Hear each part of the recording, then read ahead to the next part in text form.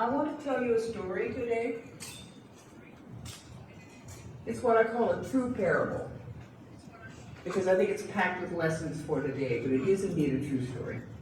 Travel back with me 100 years, almost precisely 100 years, when our democracy was also challenged and yet survived to bounce back and thrive. That's the lesson for today. Turn your thoughts back with me to the 1920s, the Jazz Age, and a dark underside that may be less well known, because the 1920s were, in fact, the golden era for the Ku Klux Klan. I didn't know that. I never learned that in school. But a few years ago, I became so interested in this story that I wrote a book about it. It's kind of my hobby. If I get interested in something, I end up with a book.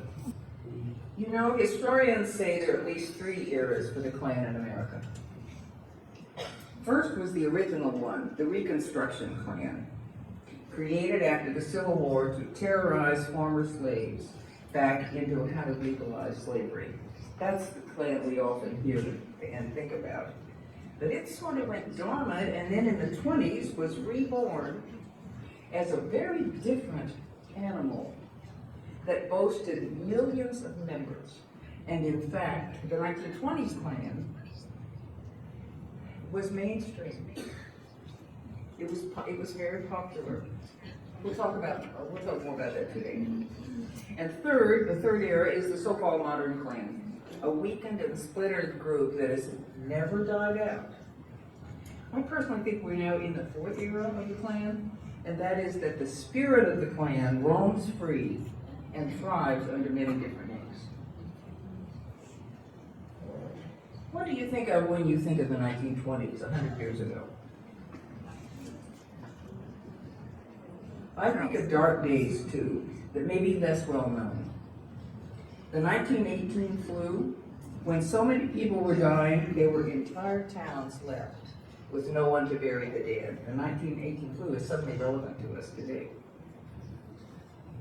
The world was in chaos, and rapid-fire technological and social changes were destabilizing the home front. This is beginning to sound familiar. It sounds a little bit like today. Immigration was soaring. So the county was overrun by foreigners and communists and even Catholics and Jews. Oh no. The nation was turning inward and slamming its open door shut. For Pete's sake, women wanted the vote too. And black people wanted to vote. What was the world coming to? Maybe in reaction, white supremacy had gone mainstream. Thousands of people, mostly black, were lynched during the years between the Civil War and 1950. Sometimes, and this is the worst, sometimes they were lynched in raucous community festivities. A broad swath of the country believed the South should have won the Civil War, which they celebrated by erecting all those Confederate statues that now in Lake County are getting moved out of the way. Race massacres came back into fashion when white mobs burned out the entire black towns. Ocoee on our doorstep is a prime example. There was a milestone in 1915 when an amazing new movie, Birth of a Nation, that was Hollywood's first blockbuster hit, glorified the old Reconstruction KKK's war against what they considered to be black savages. There arose a cry to bring back the Klan to defend pure white womanhood. Inspired by Birth of a Nation, nostalgia for the old Klan crystallized in Atlanta when a boozy dreamer named Colonel William Simmons summoned the Klan from its slumber. He was quite a character. Colonel Simmons was a fraternalist, not a word I knew. He believed in men's fraternities. And he had a vision of the Klan as kind of an engaging men's club. On Thanksgiving Day, 1915, he marched a group of men, ghostly in white sheets, hoods, and masks, to the top of Stone Mountain when they burned a cross. The cross was Colonel Simmons' own addition to the Klan lore. It just seemed to him. As one historian noted, Colonel Simmons fell in love with the letter K, and he clothed his Klan in an elaborate array of regalia, secret codes and handshakes, and Kleagles, Cluds, Claverns, and Klancraft. Try to say that fast. His real breakthrough came when he teamed up with a cynical pair who turned his fraternity into a profit-making pyramid scheme, sold by ruthless techniques of the then new science of public relations. They sold the Klan as a kind of macho response to white male egos that were threatened by a society they could no longer control, promising them raw power and the security of the mob. Some call the 1940s Klan America's experiment with fascism. I think that is a very apt description. As Sinclair Lewis had predicted, Colonel Simmons' Klan came carrying the cross and wrapped in the American flag. This sounds sort of familiar to me too. It was energized by local hatreds. Was your town afraid of Catholics or immigrants, black people or gas women playing cards? The Klan had a remedy for all that. Let's get together and clean up these lawless towns. The KKK touted 100% Americanism and combined it with religious mysticism, as symbolized with the burning cross, of course. Klan leaders dispatched Kleagles, those are the salesmen, to Ku Klux entire states and organized Claverns. People loved it, strange as it was. Klan membership exploded. Almost overnight, the leaders became millionaires, several times over, on $10 Klan memberships and the markup of the sale of sheets. They even set up a factory so they could manufacture and sell sheets. Perhaps the most significant is that the 1920s Klan controlled Main Street in many places. That was the distinction. If you wanted to get ahead in many towns, you joined the Klan, the way you might join the Rotary or the Kiwanis today. Across America, founding fathers and leading citizens proudly joined the Klan as a kind of civic duty. You know, there is plenty of ridiculous stuff in the story of the Roaring Twenties Klan. Remember this, it was organized first and foremost to make money. Until you know that behind the mask was growing the ugly face of the Night Riders, with vigilante violence, intimidation, and murder. Founders purposely incorporated 2% of the rough stuff into their formula for success. As it turned out, Colonel Simmons had unleashed a tiger, and at some point, he totally lost control of it. Unspeakable torture and even death threatened those who committed the most egregious offense. And what do you think that would be? You're in a Klan town. What is the worst thing you could do, the most dangerous thing you could do? To speak ill of the Klan. People were subjected to really unspeakable atrocities and murders because they spoke ill of the Klan. They didn't respect the Klan. At its height, the entire towns were in its grip. It was truly a reign of terror. And it was wildly popular. It's impossible to know how many people were in the secret society, but experts I've read estimate that at its peak in the mid-1920s, the KKK had between 2.5 and 8 million members, which is a goodly slice of the nation that at that point had just 115 million people. With mask and hood, flag and cross, they marched silently through America's main streets in a ghostly white wave, thousands strong, to the somber beat of a booming drum. For many, it was the place to be. In Florida, the Klan arrived shortly after the start of Reconstruction, right after the Civil War, when Democrats plotted to use violence and terror to suppress black votes. Thereafter, history records numerous examples of violence, torture, floggings, mutilations, and murders across Florida. Many of the outrages, but not all, were under the Klan banner. There were plenty of freelancing going on. Blacks and white Republicans were the favored targets. Between 1877 and 1950, more than 300 black victims were lynched in Florida. Let's just let that sink in a minute. More than 300 black victims were lynched in Florida, and they were among more than 4,000 nationally.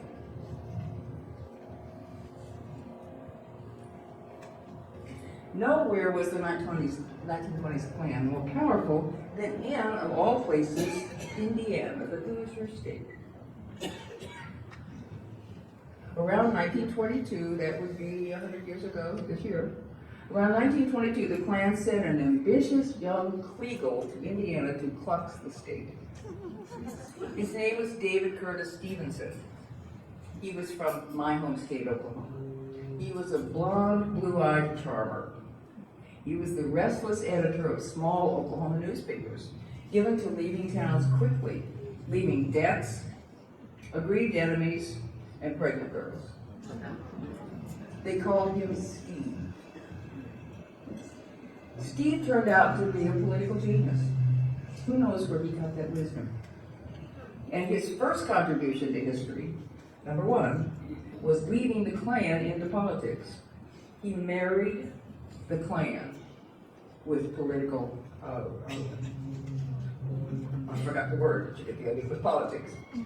Swiftly, deftly, he took over the Indiana Protestant Church, law enforcement, and the state's Republican Party. Steve had been a Democrat in Oklahoma, but the Republican Party was the one that had to be in control of Indiana, so he became Republican. He was not partisan. He would his deal was power and money. It wasn't political philosophy. Within 2 years, Steve had become the Indiana Grand Dragon in the Klan, and he was installing his own governor, Ed Jackson, sealing the deal on a statewide Klan power sweep from the schoolhouse to the state house. I am the law in Indiana, Steve declared, and no one dared challenge him. Steve had created the model that the Klan could use to become a national political powerhouse, and they were on their way. Steve's story has lessons for today. I'd like to go into more of them, but I'll just hit on a little bit at the top. But the more you learn about his political techniques, the more you recognize that they're in use today by some wannabe authoritarians. Steve had the cunning mind of a Steve Bannon, but he was smooth as silk, a performance artist with a glad hand and a golden tongue. Steve's Klan was different. It had a clean public face. Steve's Klan was a family affair. The entire families frolicked to very large Klan barbecues, presided over by dutiful, sheeted Klan wives, while little white hooded Klan kids played hide and seek around their feet. Steve came from meager circumstances, to put it mildly, but he had big ideas. Thanks to the Klan, he became an overnight millionaire, and he was living it up. He established his own imperial palace of the north in a silk-stocking neighborhood named Irvington, and he yearned to establish himself among the highest class in Indianapolis, which, by the way, they were now calling Klanapolis, because he had so thoroughly taken over the town. He became the kingmaker at the National KKK. If you wanted something done in the Klan, you had to see Steve. And he began meeting with his friend Gutzon Borglund. Gutzon Borglund, does that name ring any bells? Yeah. Soon he would be carving presidents on Mount Rushmore. But in the meantime, and the panorama on Stone Mountain too, by the way. But in the meantime, he was meeting with Steve. They were scheming on how they would take over the U.S. presidency. But as part of it, they were going to throw the whole thing into the House of Representatives, by the way. Steve made or broke politicians with a nod. He is the law, people said. If you cross him, he will crush you. You might say Steve controlled everything in Indiana except the Indianapolis Times, which was a scrappy little afternoon newspaper whose editorials roasted the Klan with sarcasm and scorn. The Times court reporter was a cheeky kid named John Niblack, who was straight out of that old movie front page. But you know, his hot history accounts about the Klan are absolutely priceless. Steve, for his part, treated the press like a mosquito buzzing near his ear. He would just occasionally swat it and keep going. In January 1925, at the inauguration of Steve's Klan governor, he met a young woman who was everything he dreamed of. A quiet reading teacher with an impeccable reputation from a fine old Indianapolis family. She was one of the locally revered Irvington girls. His neighbor, it turned out. Well, what do you know? Her name was Madge Oberholzer. He asked her out more than once. Now, Steve's public persona was spotless, but there were whispers behind the scenes about women and alcohol, and Madge told Steve no. On the Ides of March 1925, Steve kidnapped Madge, forced her on a train, and brutally raped and mutilated her. On the return trip, she managed to procure poison, and preferring death to the shame of his attack, she took the poison. When she became violently ill, he refused to get medical aid and then just discarded her, bruised and torn, at home with her grieving parents. As Madge lingered, gravely ill, she dictated a dying declaration to the family lawyer, whose name was Asa Smith, telling him the whole story and implicating Steve. The county prosecutor was Bill Ramey. He was a young prosecutor, green, but he wasn't afraid of Steve. He fearlessly filed charges against Steve for kidnapping and rape. I'll never go to trial, Steve told John Niblack. When Madge died, Ramey changed the charge to murder. Ramey argued that Steve's crimes drove her to suicide, and that her death was in fact hastened by blood poisoning from human bites. Now the most powerful man in the state found himself in jail on trial for murder. I'll never be convicted, Steve said. Steve's sensational trial shocked the nation. How could it be that the white knight of the Klan, powerful and revered, was accused of such repulsive crimes? Reporters from around the globe camped out in the courthouse, and the public followed every day's latest dispatch eagerly. The best of the stories, in my opinion, were from, guess who? Indianapolis Times kid reporter, John Niblack. Every day he dictated long stories filled with exquisite details, such as the single tear coursing down the cheek of Madge's mother. Those stories, I'm an old reporter, and those stories were better than being there. They were magnificent stories. Ultimately, on November 6, 1925, a jury of Indiana farmers found Steve guilty of murder. I'll never serve, Steve told Niblack. But serve he did.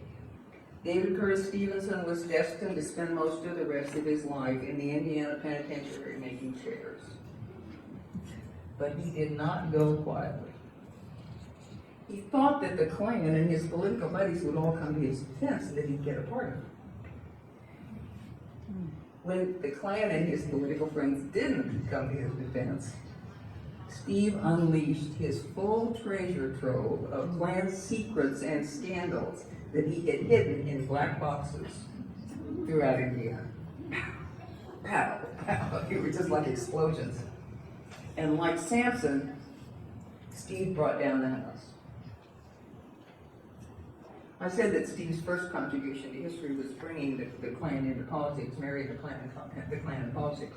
And his second contribution to history was when his scandals shattered the public's crush on the Klan. Weeks before the verdict, the Klan had marched in Washington with a dramatic show of force, 30,000 strong.